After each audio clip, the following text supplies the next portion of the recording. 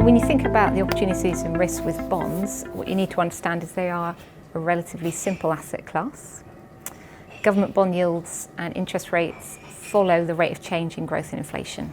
So in the last 12 months, bonds have done a great job diversifying portfolios and equity risk. And as growth peaks and inflation peaked, bond yields peaked around the world.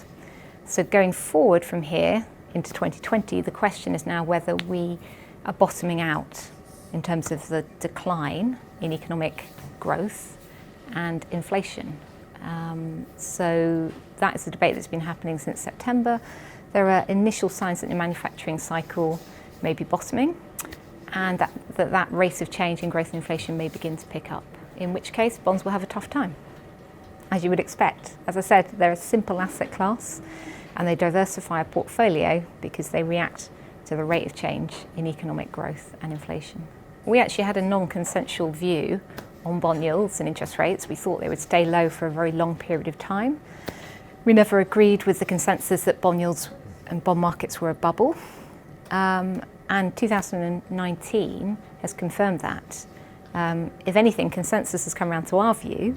You've heard Japanification talked about ad infinitum, and central banks globally have also begun to shift their reaction function. So they're now saying the biggest challenge is that inflation is too low and has been too low since 2009. You heard that from the Federal Reserve in the US particularly.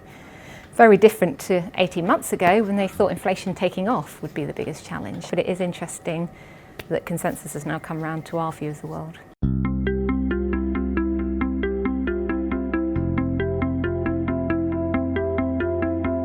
The irony is we spend our life looking at endless charts, and what we do a lot of work and see if there's confirmation between different charts, between different asset classes, whether they corroborate existing views and evidence or contradict, because sometimes they can obviously contradict. But I guess the main one in my mind is really the strength of the dollar. There's obviously a significant debate of whether we're in a soft landing and it's mid-cycle, or whether we're in a hard landing and it's late cycle. The first case is more equity view of the world, and the second case is more the bond view of the world. What I think can be said, and this is the tell, if you like, it's unlikely to get a significant soft landing and a reflation unless you have a soft dollar. That's a pretty important point. Against that, we look at endless charts, of which many are important, but I think important ones are oil, general proxy for demand, shape of the yield curve, of course we do, we're bond people, and money supply growth, I think, are probably the most topical ones, and financial conditions. I could give you 100 more, to be honest, but really the dollar is the tell, and that's the one which I think, in my opinion, is really significant.